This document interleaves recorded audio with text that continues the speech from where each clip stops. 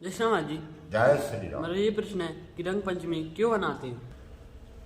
हाँ, ये आपका बहुत बहुत स्वागत है। तो आपकी जिज्ञासा हो रही है कि रंग पंचमी क्यों मनाई जाती है। तो देखिए, रंग पंचमी एक ऐसा त्योहार है जिसके लिए भगवान राम ने भी मनाया है, क्योंकि सतयुग में जब प्रहलाद को लेकर होलिका अग्नि में प्रवेश कर गई, उस समय प्रहलाद बच गए थे और होलिका वरदान होने के कारण भी जल गई थी।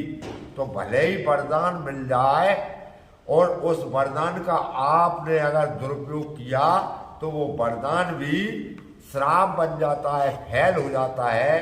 तो रंग पंचमी सतयुग से मनाई जा रही है। जब प्रहलाद बचे तब लोगों ने अति उत्साह में भरकर भगवान के नाम के ऊपर होली यानी एक दूसरे को रंग गुलाल लगाकर खुशियां मनाई थी। फिर त्रेता युग में भगवान राम ने जब माता सीता का परित्याग कर दिया था, उस समय रामायण काल में भी त्रेता युग में इसी दिन लव कुश का जन्म हुआ था, इसलिए भी रंग पंचमी उन्होंने भी बड़े उत्साह से मनाई थी।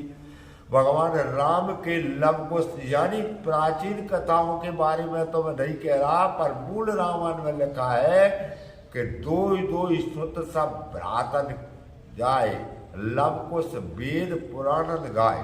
तो श्री रामचरितमानस के अनुसार लव कुश का जन्म भी यानी फागुन की पूर्णिमा के बाद जो कृष्ण पक्ष की चैत्र की पंचमी जो पड़ती है, उस दिन उनका जन्म हुआ था, इसीलिए उन्हें मनाया जाता है। बताया जाता है कि पुराणों के अनुसार वाल्मीकि ऋषि का आश्रम जो था वो भी अपने अशोकनगर जिले के करीला धाम में बताया जाता है। वहाँ भी एक गुफा है जिसका आज भी उसी उसका दरवाजा खुलता है जिस दिन रंग पंचमी होती है। वहाँ भी बड़ा मेला लगता है।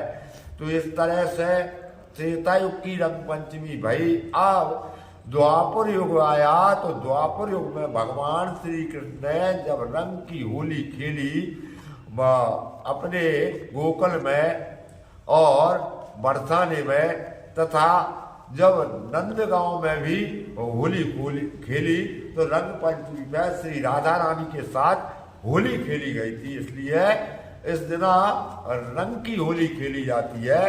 तो भगवान कृष्ण ने राधा रानी से होली खेली। अब कलयुग में जो भी भक्त जो भी श्रद्धालु है वो देवी देवताओं पर रंग गुलाल वर्षा करके अपनी खुशी जाहिर करते हैं। दूसरी बात यह है कि इस युग में यह प्रदेश जो भारत जो है खेती प्रधान है, तो इसमें जो है नया अनाज निकलता है।